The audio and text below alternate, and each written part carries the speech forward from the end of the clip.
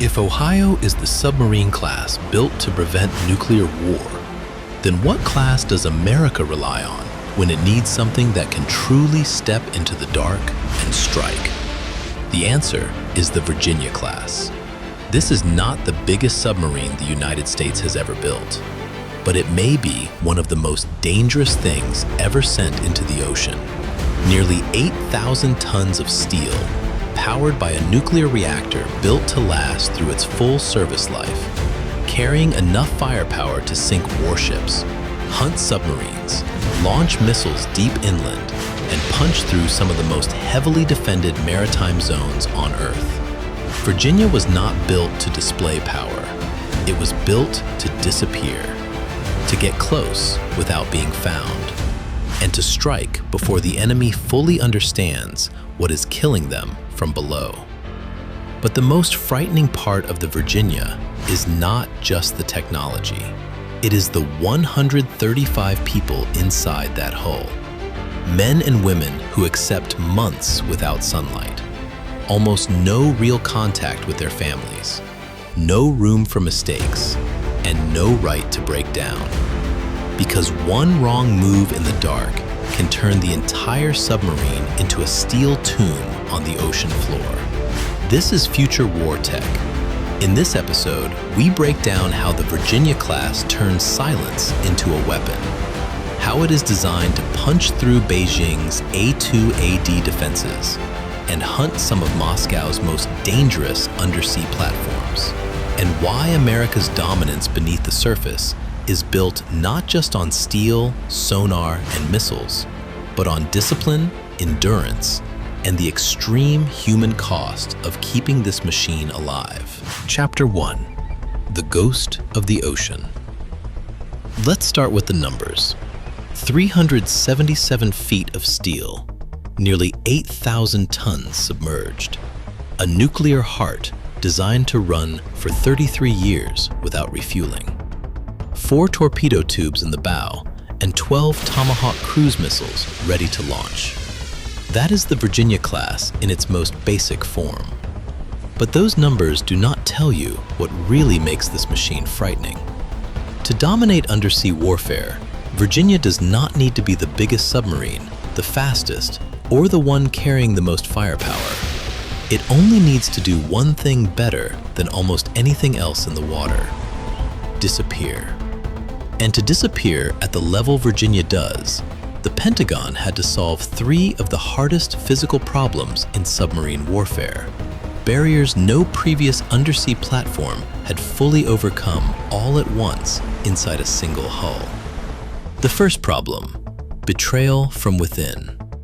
Everything inside a submarine makes noise. The reactor spins turbines, the turbines drive generators, coolant pumps force water through the system. Compressed air equipment hisses around the clock. If all of that machinery is bolted directly into a steel hull, the entire submarine turns into a giant speaker, broadcasting its own presence into the ocean. Even a tiny mechanical vibration can be enough for an enemy passive sonar team to catch you. Virginia's answer is the machinery raft. Instead of mounting major equipment directly to the hull, the submarine isolates that machinery on an intermediate platform. That platform is suspended and separated from the outer hull through advanced damping materials designed to absorb vibration. The point is simple. Mechanical noise is killed at the source before it ever reaches the steel skin of the boat and before it can leak into the surrounding water. But controlling your own noise is only half the fight.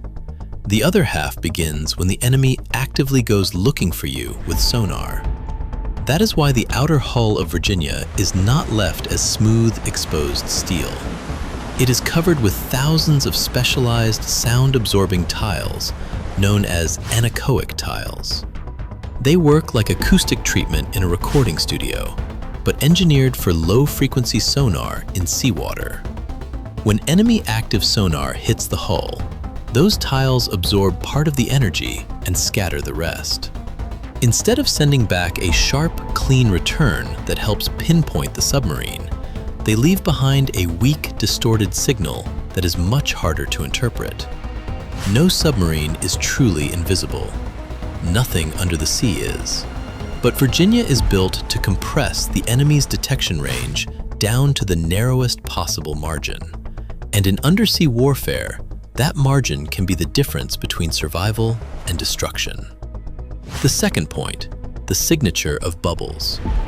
On older submarines, a fast spinning propeller creates sharp pressure drops behind the blades. That causes seawater to boil locally, forming clouds of tiny vapor bubbles. When those bubbles collapse, they produce a constant pattern of sharp acoustic pops. That effect is called cavitation, and it is one of the great enemies of stealth.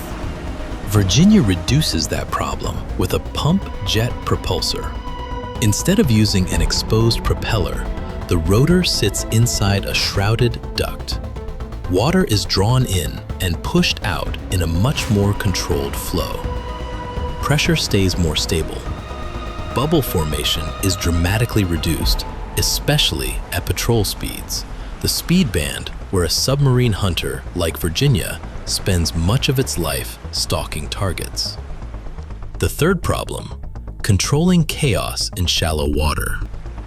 One of the capabilities that separates Virginia from earlier generations is its ability to operate close to hostile coastlines. That is one of the most dangerous environments an 8,000-ton submarine can enter. The seabed is uneven. Thermal layers shift constantly.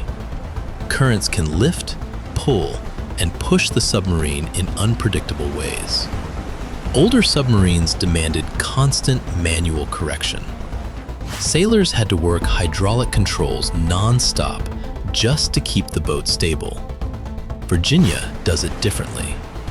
It uses fly-by-wire control.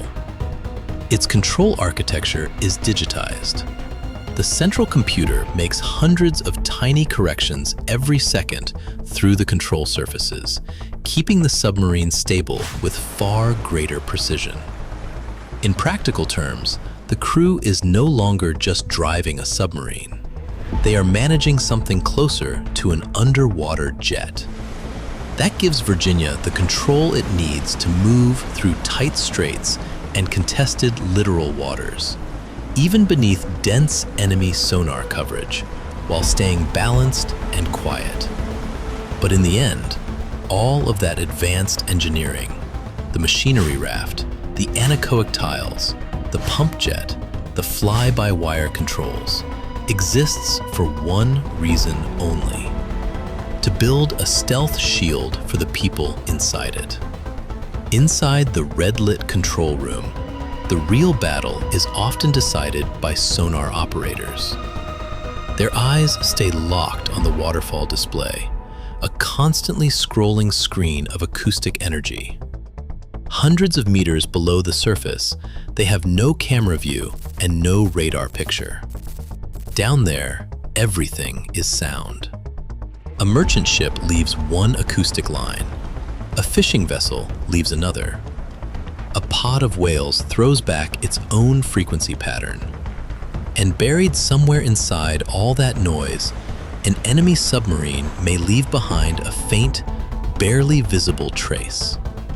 The sonar operator's job is to find that trace before the other side finds theirs. At that point, this stops being a story about machinery. It becomes a story about human judgment. And once the target is pinned on the screen, once the commanding officer gives the signal to engage, the most dangerous question finally arrives. From out of the dark, what weapon does Virginia use to kill? And just how much firepower does this submarine carry that the Pentagon is willing to use it to reshape the balance of power in the Pacific? Chapter 2: The Devil's Armory and the Block. 5. Upgrade. 4 tubes. That is the first thing you see at the bow of a Virginia-class submarine.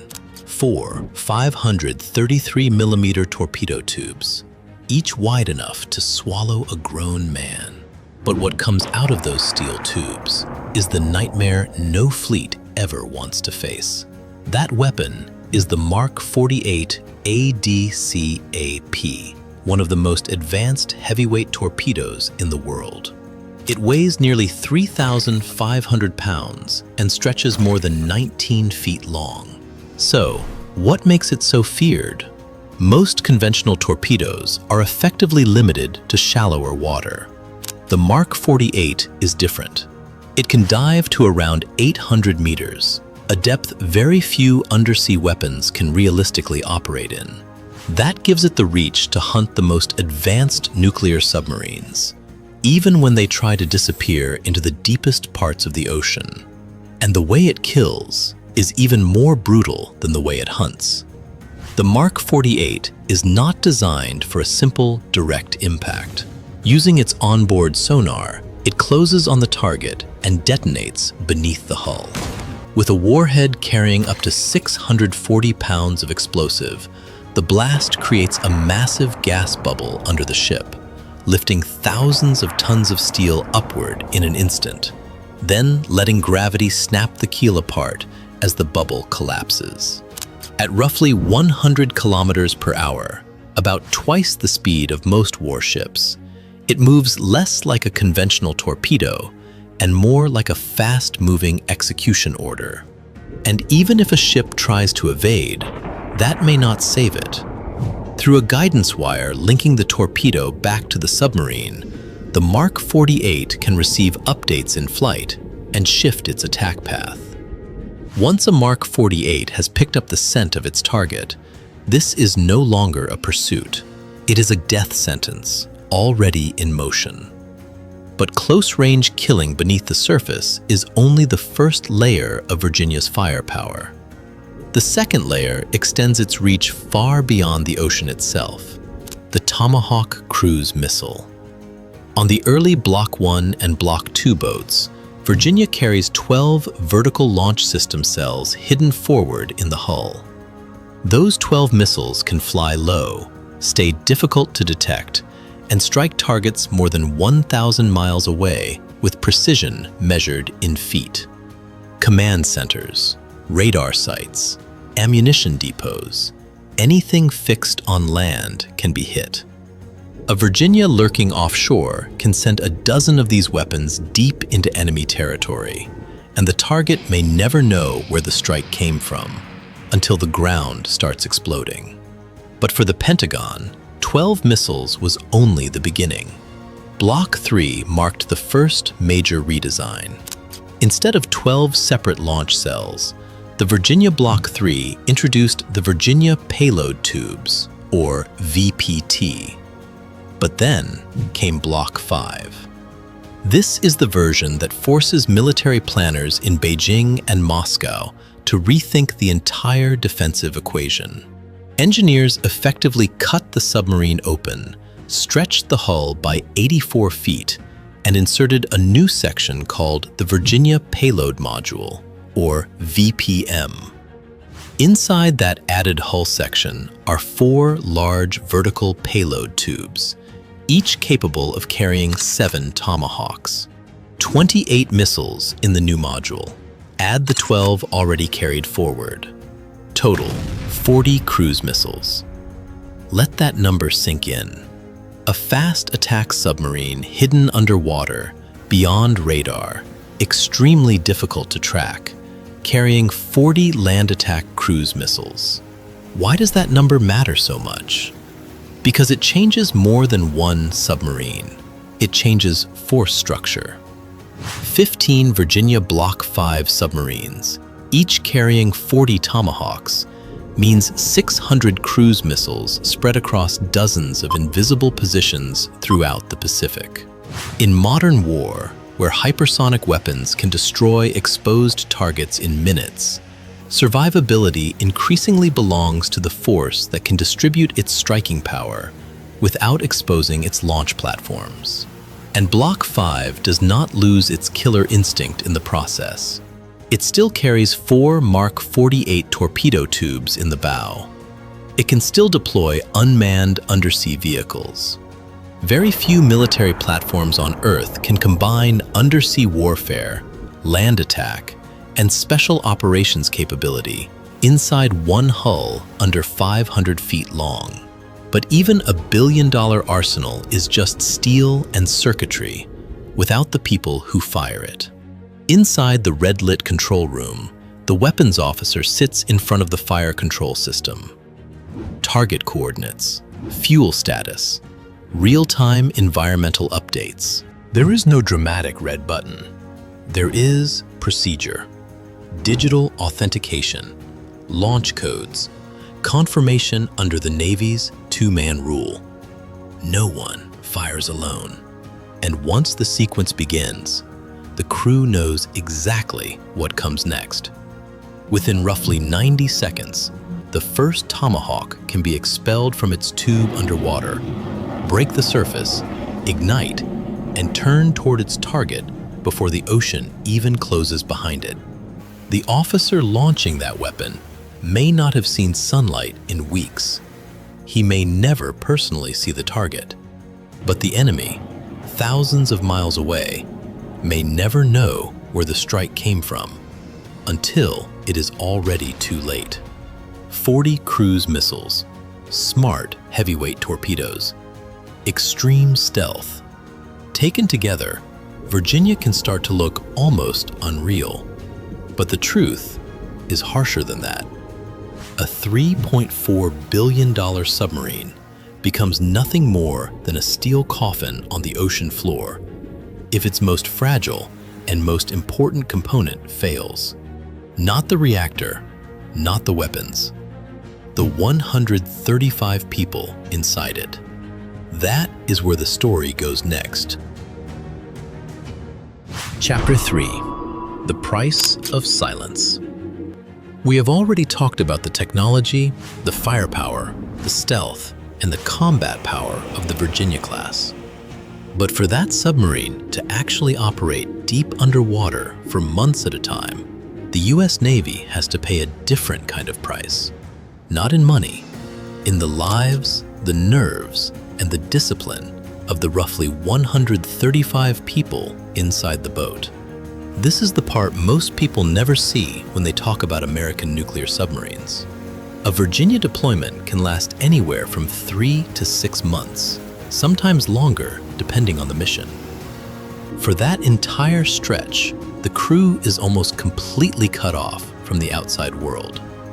No sunlight, no weather, no cities, no family, no normal rhythm of life on land. Their entire existence is compressed into a steel hull more than 270 feet long, sealed tight, cramped, and always expected to remain combat ready. Start with the living space. Virginia was not designed for comfort. It was designed for warfighting. That means the interior is packed as tightly as possible with sensors, the reactor, weapon spaces, electronics, control stations, and life support systems. Whatever space is left over goes to the people, so privacy is almost non-existent. The berthing spaces are small. The passageways are narrow. People live only a few steps apart. On many submarines, sailors also have to use hot bunking, rotating through the same rack on different watch schedules. One sailor gets up for duty, and another takes the same bed almost immediately.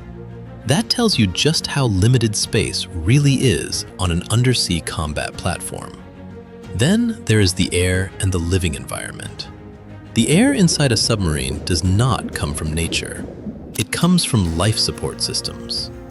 Oxygen is generated, carbon dioxide is removed, humidity is controlled, contaminants are filtered out. Technically, that system keeps the crew alive underwater for months. But in human terms, it is still an artificial environment that never stops. The air carries the constant smell of machinery, oil, metal, food, chemicals, and human bodies compressed into one sealed space. Then there is time itself. On land, the human body lives by natural light. Sunrise, sunset, day, night. On a submarine, that rhythm disappears. Time is no longer measured by the sun. It is measured by watch rotations and mission schedules. After weeks underwater, many sailors begin to lose their sense of normal time. Life is no longer divided by day and night. It is divided by the operating cycle of the submarine. That is the physiological strain. The psychological strain is even heavier. To survive in deep water, a submarine has to maintain the highest possible level of radio silence. This is not just a tactic, it is a survival principle. The less it transmits, the lower the chance of being detected. That means the crew has almost no normal contact with the outside world. No phone calls, no internet, no video calls. In many cases, the only connection to family comes through familygrams, short text messages with strict limits on content, sent only in a very restricted way and closely screened. That system exists for one cold reason. A submarine cannot allow emotional needs to interfere with stealth, discipline, or combat readiness. And that is what makes this life truly harsh. While the submarine is underwater, life on shore keeps moving. Families grow older. Children grow up. Loved ones can become seriously ill or die. But sailors on board are not always told immediately. In some cases, sensitive information may be delayed if command believes that delivering the news at once could seriously affect the mental state of someone standing watch in an environment that does not allow mistakes. It sounds cruel, but the logic is brutally simple. On a nuclear submarine, a person losing emotional control is not just a personal problem. It can become an operational risk, a misunderstood order, a skipped procedure, a wrong action on a system, a delayed reaction of just a few seconds during flooding, fire, or target contact. In a sealed environment hundreds of meters below the surface, a small mistake can escalate into disaster very quickly. That is why the U.S. submarine force screens its people so aggressively. Not everyone gets to step through the hatch of a Virginia. Submariners have to pass psychological screening, aptitude testing, technical training, and discipline standards at a very high level. Those working around the reactor also have to go through the Navy's nuclear training pipeline, which is notorious for its difficulty. There is almost no margin for error, because this is an environment where every system is linked to every other system. Power, air, pressure, control, sonar, weapons, propulsion, survival. If one part fails because someone got it wrong, the consequences do not stop with that individual. That is why discipline on board is almost mechanical. Orders are repeated back for confirmation. Procedures are standardized. Actions are cross-checked. A sailor is only fully trusted when he understands not just his own job, but the layout and systems of the entire submarine, deeply enough to respond in an emergency, even if the lights go out, alarms are sounding, or water is coming into the compartment.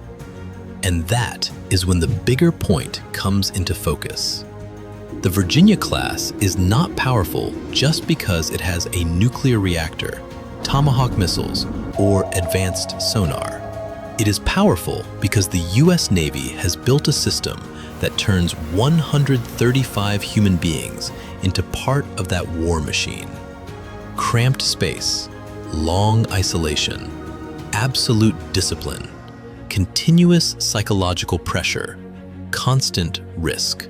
That is the human cost behind America's undersea advantage. The silent service is not feared because it is mysterious.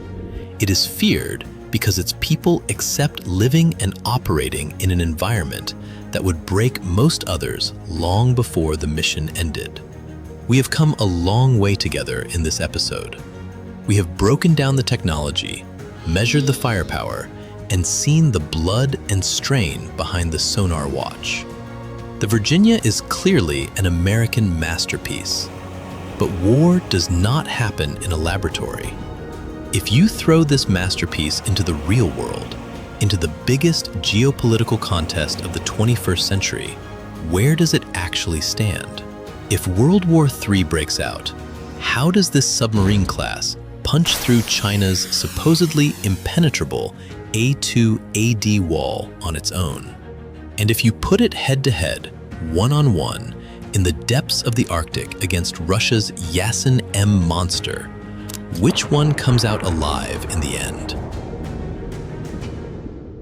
Chapter 4: Inside the Kill Zone. Beijing understands one hard truth. It still cannot go head-to-head with America's 11 carrier strike groups on the open ocean. So instead of trying to match the US ship for ship, China turned its coastal waters into a layered kill zone known as A2AD, anti-access and area denial. To make that system work, China did not deploy missiles at sea. It turned its entire coastline into a massive land-based fire fortress. The first layer is the 930-mile steel arm.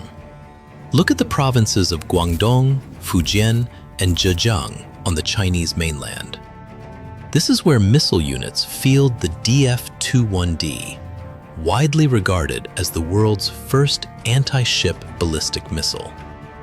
From launch sites inland, a 930-mile radius can be drawn across the map, covering the entire first island chain. That circle locks down the key maritime choke points from Japan, across Taiwan, and down toward the Philippines. Any carrier that enters that red zone is operating under the shadow of warheads coming off the mainland at extreme speed. The second layer is the 2,485-mile Guam killer. But China's ambition does not stop there. Deep inland, in provinces like Guangxi and Yunnan, and also on Hainan Island, sits the DF-26. With a range reaching roughly 2,485 miles, China's land-based firepower draws a second, much larger circle that stretches all the way to America's strategic base on Guam. That is the second island chain. The DF-26 can come down from the edge of space at around Mach 10, forcing $13 billion American carriers to stay far back on the outer edge of the Pacific, unable to push directly into the fight. Then come the eyes that never sleep. For those arrows to hit, China needs targeting eyes. It has turned outposts in the Paracel and Spratly Islands into major radar, surveillance, and logistics hubs. From there, radar coverage can sweep across hundreds of miles, feeding a persistent surveillance network designed to detect US fleet movement long before American ships ever get close enough to see the Asian coastline. That is where the stalemate appears. On the map, the surface has been locked down.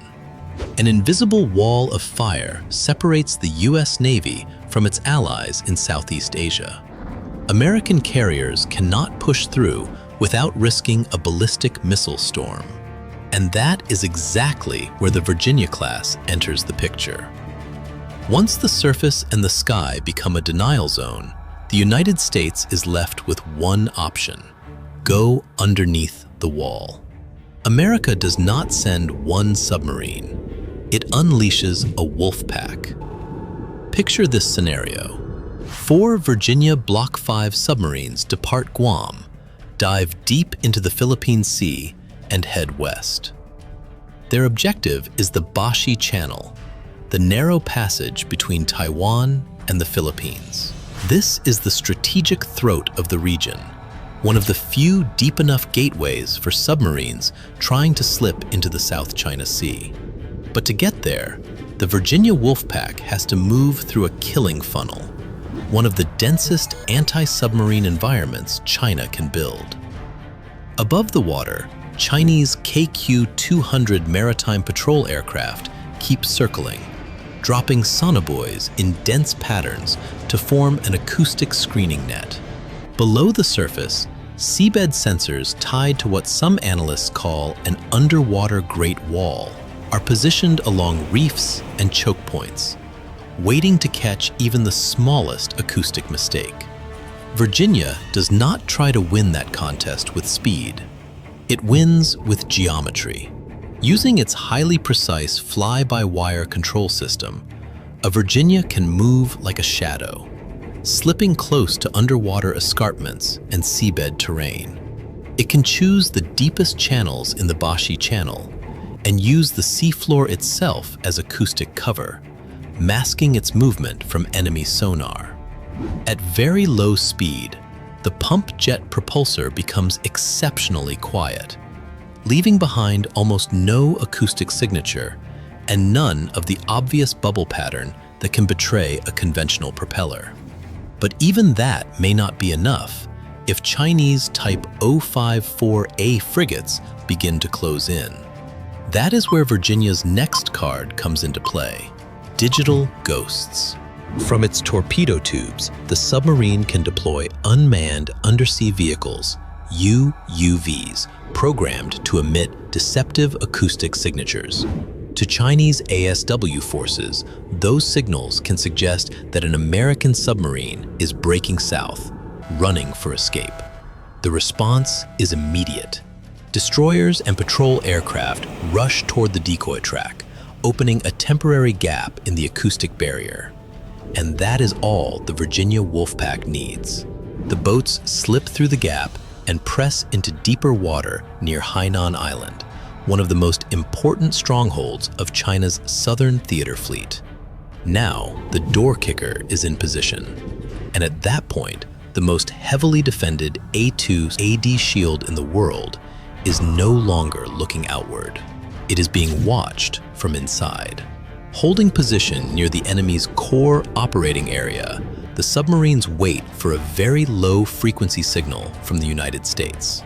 Once the authentication code is entered, 160 Tomahawk cruise missiles from 4 submarines erupt out of the water almost simultaneously. They do not climb high. They stay low, skimming toward their targets to complicate early warning. This is an eye-gouging strike. Radar sites on artificial islands in the Spratlys are hit. Mobile DF-26 launch units near the Guangdong coast are targeted within minutes.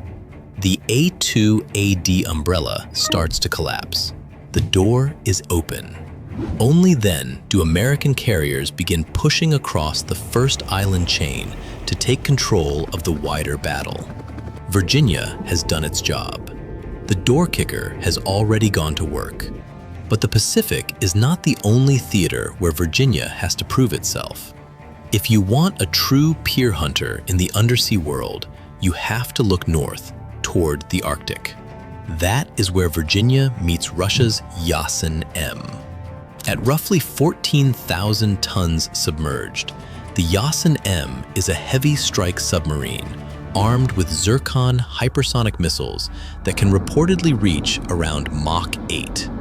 It dives deep, it is quiet, and a fight between Virginia and Yasen-M would look less like a naval battle and more like 2 snipers blindfolded in a dark room. Whoever hears first lives. Virginia's edge comes from 2 things that matter more than brute size. First, software. America's acoustic processing, including AI-assisted signal analysis, is built to filter noise faster and identify faint signatures earlier.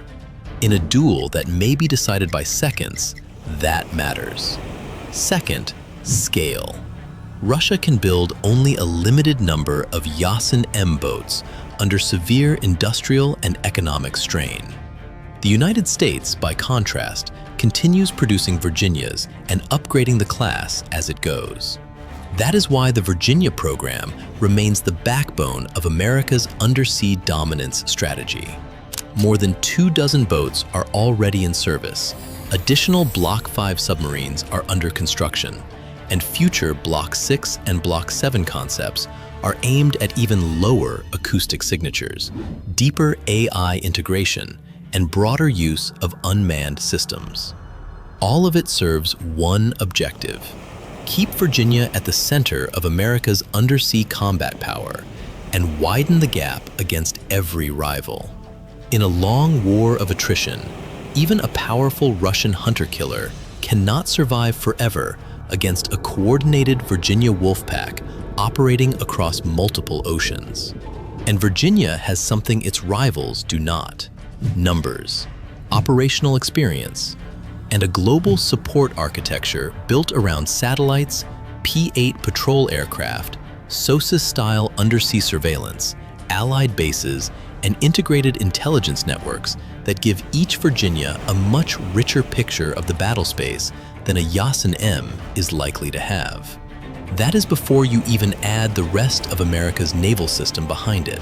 So if you think Virginia has already reached its final form, think again. Because the next phase of this story is how the United States plans to evolve this submarine into something even more dangerous. Chapter 5: The Ultimate Evolution and the War Ecosystem.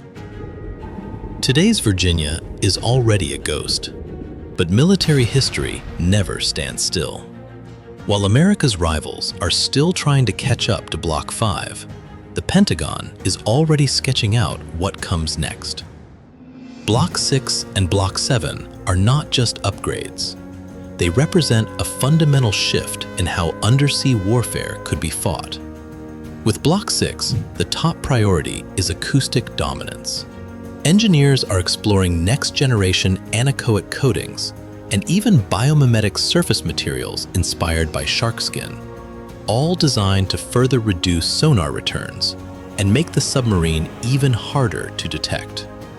The goal is simple: make Virginia more acoustically transparent underwater than ever before. But the real leap may come with Block 7. This is where Virginia begins to evolve into something closer to a mothership. Instead of carrying only missiles and torpedoes, Block 7 is expected to operate alongside swarms of unmanned underwater vehicles, UUVs, extending its reach far beyond the hull itself. Those drones could serve as scouts, decoys, sensor nodes, and potentially even autonomous long-range strike platforms, allowing Virginia to attack targets from hundreds of miles away without ever leaving a safer operating area. And the future Virginia is not just about stealth. It is also about speed.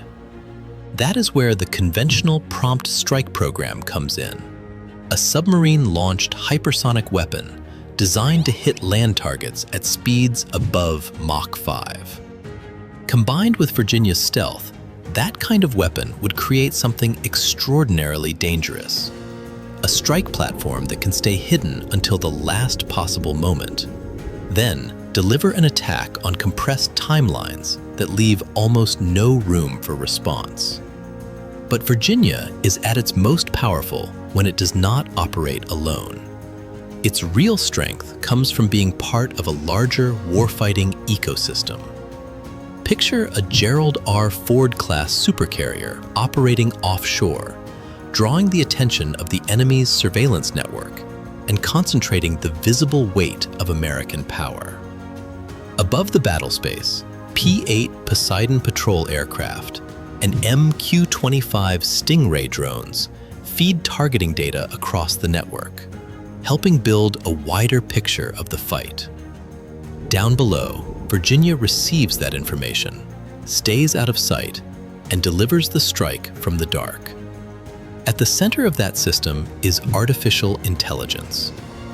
On future Virginia variants, AI will help process enormous volumes of acoustic data, filtering out ocean noise and identifying the acoustic signatures of hostile vessels, even when they are trying to stay as quiet as possible. At that point, this is no longer just a duel between submarines. It becomes a contest between processing power, sensor fusion, and algorithms. And that is an area where the United States still holds a serious edge. So why would a country as far away as Australia be willing to commit hundreds of billions of dollars through AUKUS just to gain access to this capability? Because owning Virginia does not just mean owning a submarine. It means buying into one of the most advanced undersea warfare systems ever built. It is the gold standard that navies around the world would like to match, and very few can. And after everything we have covered, the most powerful weapon carried by the Virginia class is not the Tomahawk. It is not the reactor. It is not even the torpedo. It is uncertainty. An adversary can never be fully sure whether, at this very moment, a Virginia is already sitting somewhere beneath its fleet, silent and waiting. That uncertainty forces caution. It distorts planning. It slows decision-making. And at the highest level, that is what deterrence really looks like. As long as Virginia-class submarines continue to patrol quietly from Japan down into the South China Sea, that silence will remain part of the balance that holds the line. The United States does not build Virginia-class submarines to start wars. It builds them to make sure no enemy feels confident starting one they may already be losing from the ocean floor. This is Future War Tech. See you in the next episode.